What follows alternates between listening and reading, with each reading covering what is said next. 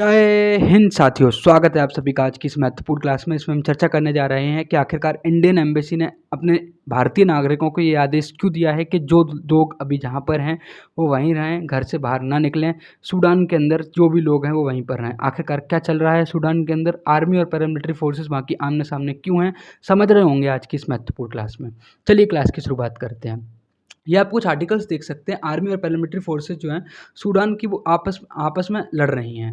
Sudan की जो एक पैरामिलिट्री फोर्स है जिसको हम रैपिड सिक्योरिटी फोर्स के नाम से जानते हैं, आरएसएफ, और एक आर्मी जो है जो वहाँ की सूडान की आर्मी है वो लगातार तीसरे दिन भी युद्ध के अंदर उतरी हुई है। तो आखिरकार क्यों चल रहा है ये युद्ध, चलिए शुरुआत विस्तार से करते हैं। सबसे पहले आपको ये बताते हैं, यहाँ पर ये दो वर्ड इस्तेमाल हुए हैं, एक तो आर्मी और एक पैरामिलिट्री फोर्सेस। तो इन दोनों के बीच में आखिरकार अंतर क्या होता है। देखिए, आर्मी जो होती है डायरेक्टली मिनिस्ट्री ऑफ डिफेंस के अंदर कार्य करती है। इंडिया के केस में अगर हम बात करते हैं तो इंडिया की जो आर्मी है वो तीन तरह की होती है, एक तो इंडियन आर्मी, एक इंडियन एयरफोर्स और एक तुम्हारी इंडियन नेवी। वहीं जब हम पैरामिलिट्री फोर्सेस के बारे में बात करते हैं तो ये जो वर्क करती हैं directly ministry of home affairs यानी कि गृह मंत्रालय के अधीन रहते हुए कार्य करती हैं। इंडिया के अंदर बीएसएफ, आईटीबीपी है ना, सीआईएसएफ, सीएपीएफ जो फोर्सेस देखने को मिलती हैं, ये जो होती हैं मिनिस्ट्री ऑफ होम अफेयर्स यानी कि गृह मंत्रालय के अधीन रहते हुए कार्य करती हैं। इनका जो भी चीफ जनरल बनता है वो जनरली आर्मी से ही बिलोंग करता है, कर्नल होता है, लेफ्टिनेंट कर्नल होता है। वहीं पैरामिलिट्री फोर्सेस के अंदर जो भी इनका हेड बनता है वो जनरली एक ब्यूरोक्रेट होता है, आईएएस आईपीएस ऑफिसर का रैंक का अफसर होता है जो कि इनकी कमांड को संभाल रहा होता है। ठीक है, तो उम्मीद करते हैं इनके जो भी प्रमोशंस किए जाते हैं वो मिनिस्ट्री ऑफ डिफेंस के द्वारा किए जाते हैं और इनके जो भी प्रमोशंस किए जाते हैं वो मिनिस्ट्री ऑफ होम अफेयर्स के द्वारा किए जाते हैं। यहाँ तक आपको समझ में आ गया होगा। दोनों का जो कार्य होता है वो किसी भी देश को सुरक्षा प्रदान करने का होता है अलग अलग लेवल पे। ठीक है, तो ये तो आपको समझ में आ गया होगा कि आर्मी और पैरामिलिट्री फोर्सेस। लेकिन अब ठीक इसी प्रकार से जिस तरह से भारत के अंदर आर्मी और पैरामिलिट्री फोर्सेस प्रेजेंट है, ठीक उसी प्रकार से सूडान के अंदर भी आर्मी और पैरामिलिट्री फोर्सेस जो हैं वो प्रेजेंट हैं। ठीक है, तो ये जो आर्मी और पैरामिलिट्री फोर्सेस दोनों का काम जो होता है देश को सिक्योरिटी प्रोवाइड करने का होता है। तो ये जो रक्षक हैं वही अब भक्षक बन गए हैं। कहाँ के अंदर? सूडान के अंदर। ये जो रक्षक हैं जो लोगों की रक्षा करने के लिए जिनको रखा हुआ था वही अब एक दूसरे की हत्या पर उतारू हो गए हैं और आपस में एक दूसरे से लड़ रहे हैं। तो आइए समझते हैं। सबसे पहले हम जिस देश के बारे में बात करने जा रहे हैं उसको एक बार मैप पर देख लेते हैं, तो इससे थोड़ी सी क्लैरिटी जो है आपको समझ में आ जाएगी कि आखिरकार ये देश कहाँ पर प्रेजेंट है।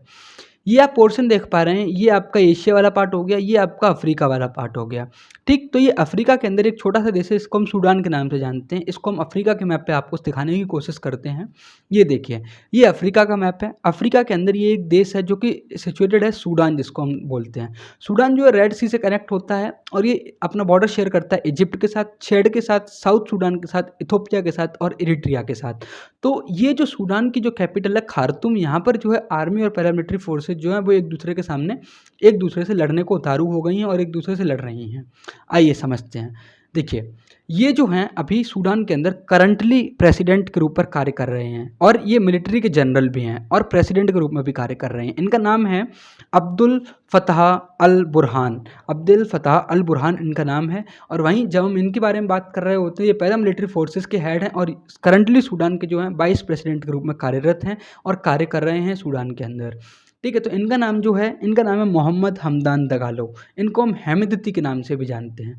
अब आप सोच रहे होंगे कि भाई जो मिलिट्री जनरल है वही प्रेसिडेंट है और जो पैरामिलिट्री फोर्सेस का जनरल है वही का वाइस प्रेसिडेंट है, तो क्या वहाँ पर डेमोक्रेसी नहीं है? क्या वहाँ पर लोगों के द्वारा न्याय नहीं होता है या राज नहीं होता है वहाँ पर, या वहाँ पर मिलिट्री रूल है? तो आइए, जब हम बात करते हैं सूडान की तो 1956 से लेकर सूडान के अंदर जो है मिलिट्री रूल लगातार रहा है। ठीक है, तो मिलिट्री रूल ही है वहाँ पर डेमोक्रेसी नाम की कोई चीज़ नहीं है। अच्छा, अब ये जो मुद्दा अभी का उठा हुआ है ये दरअसल अभी का नहीं है। ये जो रूप है वो अब निकल के आ रहा है। कहते हैं ना कि कोई चीज़ जो होती है धुआं उठने लगता है पहले से लेकिन आग बाद में लगती है, तो ठीक उसी प्रकार से धुआं जो है इस चीज़ का वो 2019 के अंदर ही उठने लगा था, लेकिन जो आग लगी है वो 2023 के अंदर लगी है। आखिरकार क्या हुआ था 2019 में, आइए इस पूरे विस्तार को मुद्दे से समझते हैं। देखिए, मिलिए, ये एक बहुत ही महत्वपूर्ण व्यक्ति हैं। इनका नाम है ओमार अल असर। ठीक है, क्या नाम है इनका? ओमार अल बशीर, है ना। ये जो हैं ये 1993 से लेकर 2019 तक सूडान के प्रेसिडेंट थे। ठीक। और ये जो थे ये पॉलिटिशियन भी बताते हैं अपने आप को, और फॉर्मर मिलिट्री के अंदर जनरल भी रहा करते थे ये।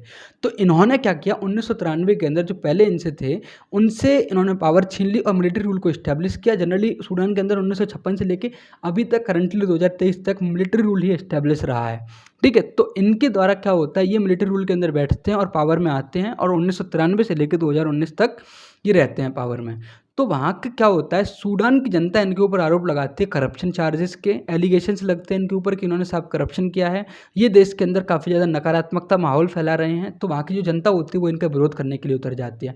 और कुछ इस तरह के नज़ारे आपको 2019 के अंदर देखने को मिलते हैं कि वहाँ की जो जनता होती है वो इनको हटाने के लिए, ओवरथ्रोन करने के लिए, इनको ओमर अल बशीर को ओवरथ्रोन करने के लिए वहाँ की जनता जो होती है वो उतर जाती है, इनका विरोध करती है। और वो जनरली जो होते हैं, जो भी प्रोटेस्टर्स होते हैं, वो इस काम में सक्सेसफुल भी होते हैं और इनको वहाँ से हटा दिया जाता है। तो इन प्रोटेस्टर्स की जो है मुख्य डिमांडें ये होती हैं कि साहब ये जो मिलिट्री रूल है, सूडान जब से आज़ाद हुआ 1956 से लेके तब तक यहाँ पर मिलिट्री रूल है। हम चाहते हैं कि यहाँ पर जनता का शासन हो, डेमोक्रेसी इस्टेब्लिश की जाए, इलेक्शंस कराए जाएँ और उस इलेक्शंस के तहत जो जनता के द्वारा चुनी हुई सरकार यहाँ पर आए।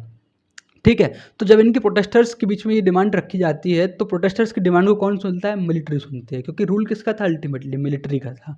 इनको हटाने के बाद कुछ मिलिट्री ऑफिसर्स जो होते हैं वो इन प्रोटेस्टर्स के सामने बैठते हैं, बातचीत करते हैं, और बातचीत करने के बाद इस मसले पर पहुंचते हैं। इन दोनों के बीच में एक एग्रीमेंट साइन होता है, किस किस के बीच में, मिलिट्री के बीच में और जो सिविलियंस जो प्रोटेस्टर्स होते हैं उनके बीच में एक एग्रीमेंट साइन होता है। और 4 महीने बाद दोनों की तरफ से एक काउंसिल का गठन किया जाता है जिसको नाम बोलते हैं सोवरेनिटी काउंसिल। अच्छा, अब सोवरेनिटी काउंसिल जो एक पावर शेयरिंग बॉडी थी जो कि बनाई गई थी, किस लिए, कि भाई हम चाहते हैं कि अब इलेक्शंस किए जाएं, मिलिट्री चाहती है कि अब इलेक्शंस किए जाएं और देश के अंदर जनता के द्वारा चुनी हुई सरकार जो है वो हम बनाना चाहते हैं। ऐसा मिलिट्री के द्वारा आश्वासन दिया जाता है जो भी प्रोटेस्ट कर रहे होते हैं उनको, और उसी को प्रोटेस्ट को दबाने के लिए वहाँ की जो मिलिट्री होते हैं वहाँ पर एक काउंसिल का गठन करती है, इसको सोवरेनिटी काउंसिल बोला जाता है। इसके अंदर जो इस काउंसिल के अंदर मिलिट्री ऑफिसर्स भी होते हैं और जो प्रोटेस्टर्स कर रहे होते हैं उनके कुछ नेता भी शामिल होते हैं। ठीक। और इस काउंसिल का जो मुख्य नतीजा निकलता है वो ये निकलता है कि हम भाई 2023 के एंड में आकर इलेक्शंस करवा लेंगे और एक देश को एक चुनी हुई सरकार मिल जाएगी। ठीक है, लेकिन इसी दौरान देश को कोई ना कोई रूल करवाने के लिए तो चाहिए होगा ना, तो उस रूल करवाने के लिए उस टाइम पे इनको प्राइम मिनिस्टर बना दिया जाता है। जब तक ये सारी बातचीत चल रही होती है इनको वहाँ का प्राइम मिनिस्टर अपॉइंट कर दिया जाता है कि भाई तब तक के लिए तुम देश को संभालो, तुम देश की निगरानी करो, तुम देश को चलाओ। इनका नाम होता है अब्दुल्ला हमदोक। ठीक है, जो कि प्राइम मिनिस्टर अपॉइंट कर दिए जाते हैं, है ना, ट्रांजिशनल पीरियड के दौरान, जो कि जब युद्ध चल रहा होता है किस किस के बीच में, जब बाकी जनता जो होती है वो भड़क जाती है, किसको हटाने के लिए, ओमर अल बशीर को हटाने के लिए। तो ये उस दौरान के लिए प्राइम मिनिस्टर जो होते हैं इनको अपॉइंट कर दिया जाता है कि भाई तुम देश को चलाओ, संभालो, तुम देश को चलाओ, है ना, और देश का अच्छे से ख्याल रखो। लेकिन ये जो होता है, ये जो मुद्दा होता है, ये पसंद नहीं आता है। किसको पसंद नहीं आता है, ये जो दो व्यक्ति हैं इन दोनों को पसंद नहीं आता। ये कहते हैं ऐसे तो मिलिट्री रूल खत्म हो जाएगा और ये देश के अंदर चुनी हुई सरकार ला देंगे। तो ये क्या करते हैं, इनको हटा देते हैं। किसको हटा देते हैं, अब्दुल्ला हमदोक की सरकार, जो कि इनके लोग प्रोटेस्टर्स थे उनके द्वारा चुनी हुई सरकार जो बनाई गई थी कुछ दौरान के लिए, है ना, तो उनको हटा दिया जाता है, इनको ओवररूल कर दिया जाता है इन दोनों के द्वारा। और ये खुद बनते हैं प्रेसिडेंट और ये बनते हैं वाइस प्रेसिडेंट।